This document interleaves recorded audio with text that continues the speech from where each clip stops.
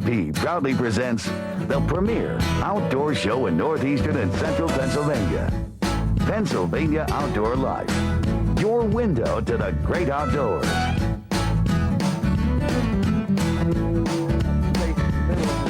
Tonight on Pennsylvania Outdoor Life. Ice fishing time is here. We'll take you out on the hard water, and then we'll fry up the catch of the day. Fire up the auger. Pennsylvania Outdoor Life starts right now. Hello, everyone, and welcome to Pennsylvania Outdoor Life. I'm Don Jacobs, and it seems like we've been spending a lot more time in front of a fireplace and trying to stay warm from the winter weather. As I make my way over to Ken Hunter here, we're going to talk a little bit throughout the day about ice fishing, but yesterday, last day of pretty much all the small game season, yeah, they all ended up. I've got some rabbits in my freezer. Maybe we'll share some recipes with you. Right now, a lot of people are really concentrating on ice fishing. Ice fishing is into its own, Jake. The lakes are frozen. There's good ice on just about every lake that I know of. I've been on several lakes over the past few weeks. One of my favorites we're going to go to right now. We're going to go to Lake Jean and take a look, and we're going to be using some of these little devices right here, tip-ups. Let's see how they work for us.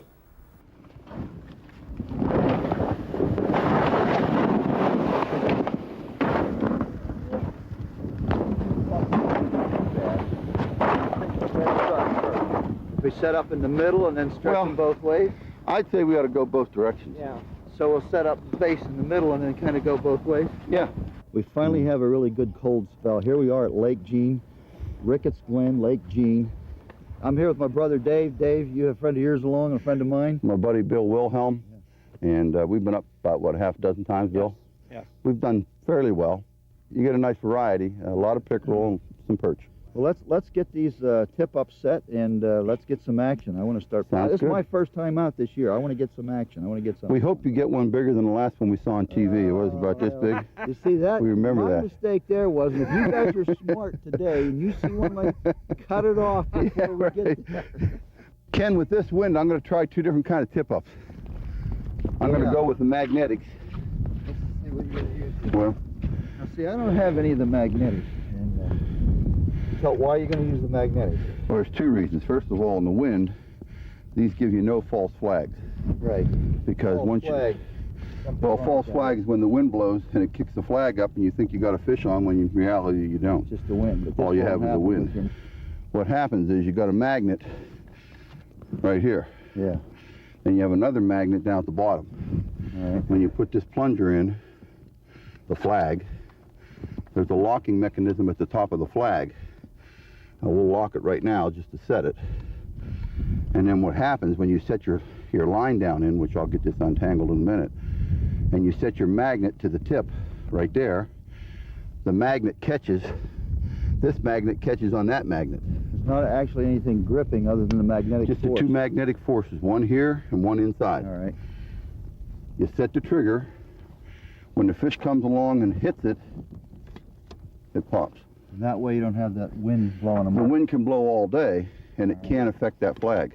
These are polar tip-ups, Polar, yeah. right? The difference on these, and I rig these with little bells. And that's because you're always inside your little shed sleeping, and Well, the bell rings, you know when it's time to go When I'm out. sleeping, this wakes me up. Yeah, okay. And it also, at night, when you're fishing at night, I also use little glow sticks at night, but if it gets to the glow stick goes out, if the flag goes up, you hear the bell and you go to your flag. Brother Dave always did like these mechanical things. I'm into gadgets. Yeah, gadget man here. Now, the way this works is you have your tip up here. It sits on the guide. Go slow, yeah. So, Okay. And once again, once you get the depth of your hole, you get it set, you figure out the depth, which we can do when we get out in the water. And when the fish hits on this one, what'll happen is that flag turns and it pops. rotates and releases it. Mm-hmm. It's That's running. turning. You see it running? You know your fish is running. If it stops, then While you know you're on the the fish way has to the stopped. hole, yeah. Exactly.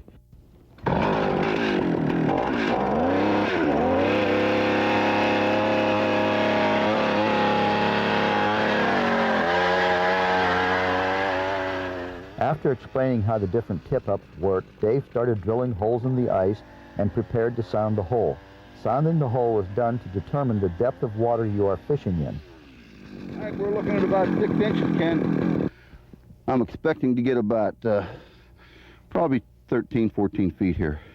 Dave baits his treble hooks with a fathead minnow by placing one of the hooks through the dorsal fin. Set it in the hole. I watch for which direction the wind is coming so I don't get any extra wind on it. And you set it as lightly, which we can set very lightly right now because there's no wind. If the wind gets heavier, I'll have to move it in tight. Right now, I'm going to set it out here as far as I can. As soon as something hits that, it's going to flip off of there. This will start to spin. And we'll come over and see if we have a fish. Not long after all the tip-ups were set, one of mine was the first to go off. Okay, definite hit. Oh boy, he's running. Oh, he's running hard. Oh yeah. We got him. We got him. It's a decent fish. Oh, decent. Holy cow. Holy cow, is that decent. Now there's a perch right there. Look at the belly on that thing. Look at that fish. Now that's a nice perch. That's one of the fattest perches I've seen there. That's a dandy. I am pleased with that. Does this make up for that little perch you people have been seeing me catch every week? Look at that. And if I hold it close to the camera, photo tip number 2, hold your fish really close to the camera. It makes it look really enormous. There you go. That's a dandy.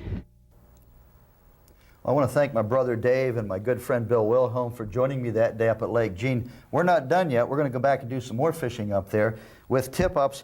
And you know, Jake, you can also catch fish through the ice on a jigging rod. Yeah. You make your own. Yeah, and you could buy them. I mean, you could buy really good ones. They're plastic. They maybe don't freeze up. But what I did is I went around and collected at flea markets and stuff, old rod tips, and then I just cut a piece of dowel rod or a broom handle. I'm starting to carve this out so the handle of a spinning rod or a bait casting rod could sit in it. Or you could just basically screw in 2 screws and run the line right out. Sure. Ice fishing is as simple or as technical as you want to make it. Now, your brother errs on the side of technical. He likes those fancy things, you know. I still kind of like some of this Simplicity stuff. is fine, isn't it? Oh, yeah. Build your own. That's how it all started for most of us. Well, we're going to take a short break, and then we're going to be treated to some fish fillets on the frozen water, so stick around. Roll them in some eggs and cracker meal here, and place them in the frying pan. And I've got some potatoes now. These are prepared ahead of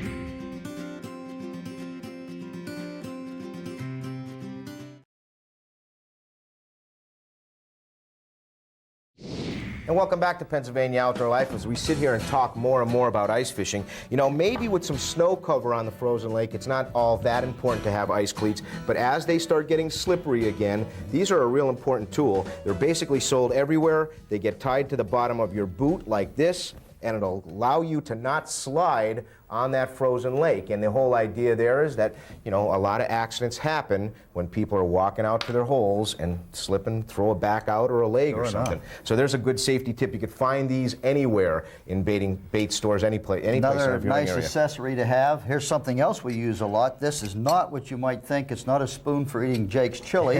This is actually to spoon out the hole when you're ready to fish. We call that we call that an isosop. Yeah. The isostop and the water keep going. Whoa! With that, I think we'll go back to Lake G and try catching some more fish. Okay, he's on. It's a good fish, whatever it is. It is a good fish. It's big. It's probably a pickerel. It's a big one. Pickerel? It's a good fish. I don't know what yet, but it's. Oh, it's a big pickerel. Whoa! It's a big pickerel. He's taking line, boy. This is a big pickerel here for up here, you know? I mean, normally we don't get them this big. This is a good size. You get a 20-inch up here. That's a nice This is a good size pickerel. Yep, that's Look a nice at that. Nice pickerel. That's a big pickerel, Bill. Look at that. That's a nice chain pickerel. Yep. After catching our first nice perch, all we could seem to muster up were some chain pickerel. Oh, that's a perch. That's a hit. Yep, big off. We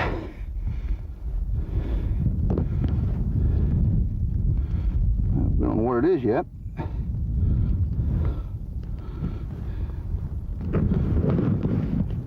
Feels like a pickerel. And it is. Another pickerel, not bad.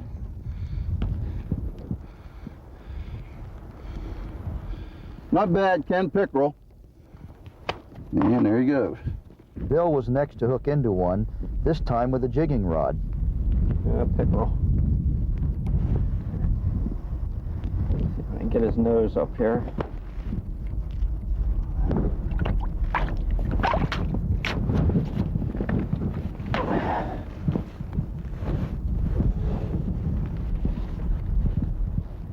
No, that's not a bad pickerel. It's not unusual to catch them this size up here. And he has it hooked very nicely where I can get it.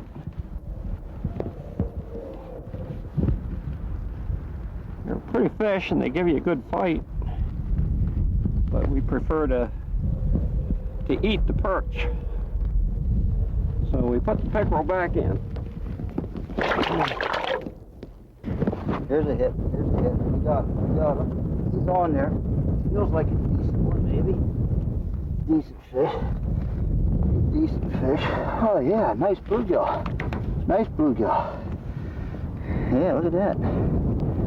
I don't get a lot of bluegills up here, but he's a filleable fish. Nice bluegill. He goes in the frying pan. Dave alerted us to one of his tip-ups. This could be the one we've been waiting for all day. You on? Yep. I think it's just bouncing around. Get some snow out of that hole. Looks like a perch. You might have been on. No, he's on. A little perch. Hey. Hold it close to the lens, David. Really, get it really. Hold it Well, you right got to up. do a comparison against the minnow. Now you stand far back. So Yeah, now we hold stretch that. it. There we There's go. a 14-incher right there. At least. That's got to be at least a 14-incher. Or a 4-incher. Now, what do you think, Bill? That's probably, what, 2-3 times bigger than that one Ken had? Oh, come on. Yeah. Not exaggerating. Yeah, well, Big, but there you go. That's what it was. all right. Well, one of the nice things about ice fishing isn't just going out and catching fish. I mean, that's fun too. But we also have a good time socializing, and we're going to eat some of these fish that we caught today right here in the ice, Bill. And that's always Sounds a nice good. thing. And Sounds you're gonna be the filleting expert. I know you do a lot of filleting, so why don't you tell us how this is done? The meatiest part is in the top half of the perch. So as we make our first cut, we're going to stay as far forward as we can and just go in past the gill cover there and cut down to the backbone. Then we're going to turn the knife and come back through right along the edge of the backbone and get down here toward the tail and flip this fillet over.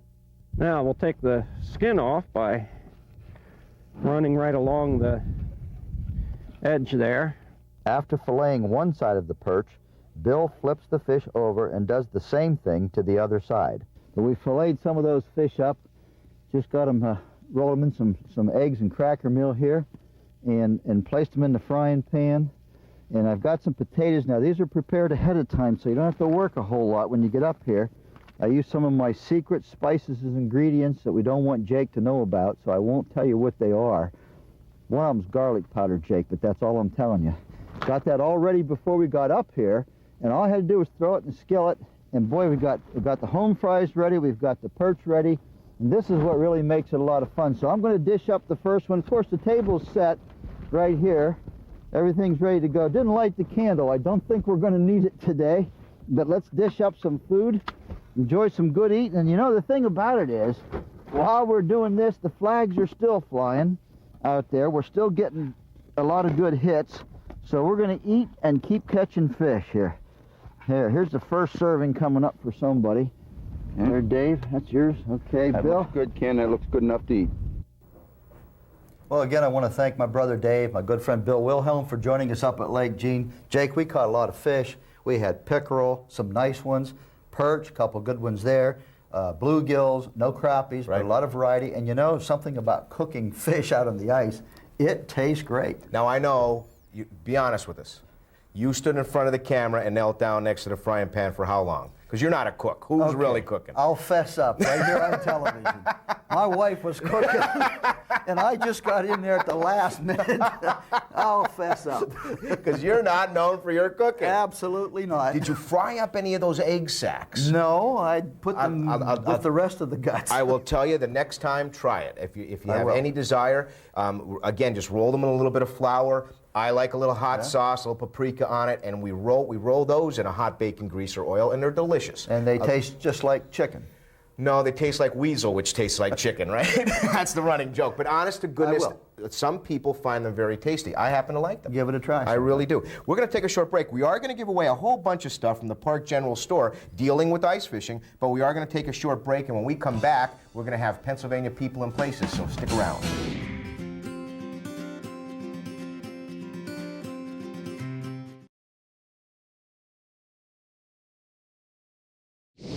Welcome back to Pennsylvania Outdoor Life. Jake and I are just kneeling down here beside his old ice fishing box. And Jake, when I saw you bring this in, kind of reminded me, you know, in the old days, everybody kind of built their own ice fishing box out of whatever you could find around the house, and you loaded it up with all your tip-ups and jigging rods. Of course, nowadays, you can run downtown and buy a nice plastic one. But I still see people out there that took an old Red Ryder sled and put a box on it, or actually a lot of people just carry around the plastic containers.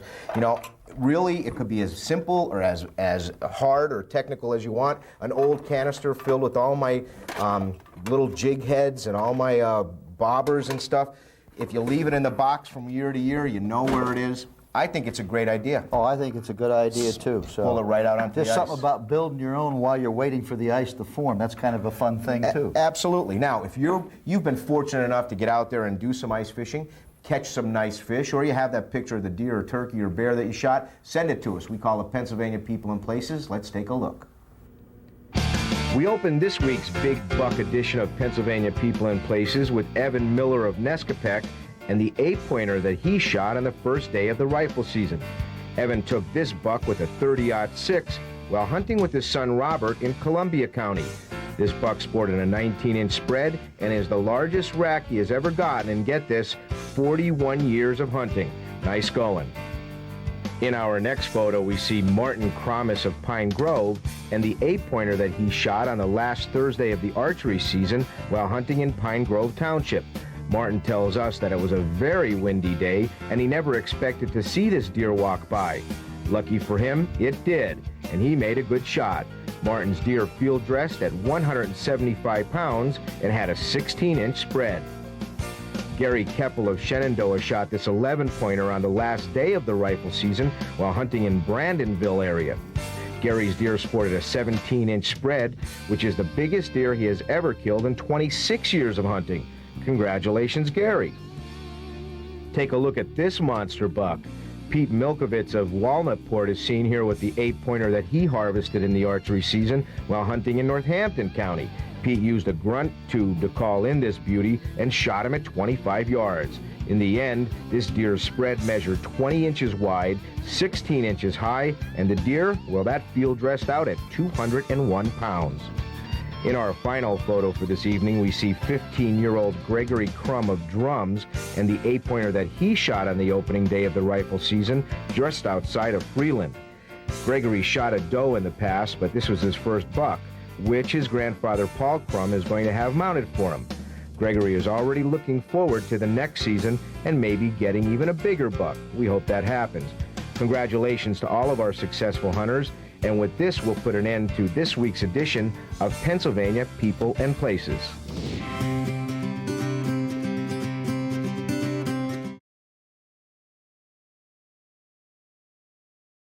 And we got widgets Speaking and gadgets. of that, yes, we have a nice package here, ice fishing package. This comes to us from the Park General Store in Delhi. Up there by Lackawanna State Park, right? You can buy this equipment, buy a sandwich, and head out onto the ice. There you go. You've got yourself a nice little ice fishing rod all ready to go with High tech, line. right? Everything's there. Yep. You've got the spoon. The Isostop. Isostop. Right. The minnow stop.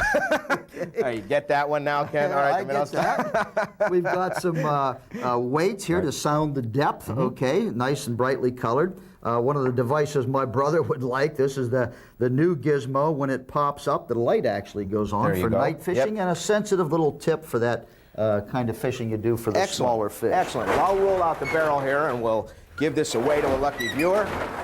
And as we read the name, Ken, it's important to tell people that we did dump this barrel at the beginning of the year, and we have a place that we'll be putting that address up in a second. Already, I'll read yes. it. Kenneth you May, read it. it's an easy one. Okay. That's why. Kenneth May of Knoxon, congratulations. Now, for everybody here at Pennsylvania Outdoor Life, that is our show for this evening. You enjoy the week and have a great week if you are going to Harrisburg. Take care now. Bye now. Might have been off. No, he's a little perch. Hold it close to the lens, David. We're really getting really fast. Hold Well, it. you got to do a comparison against the minnow. Get the far back. Yeah, now you stretch it. There we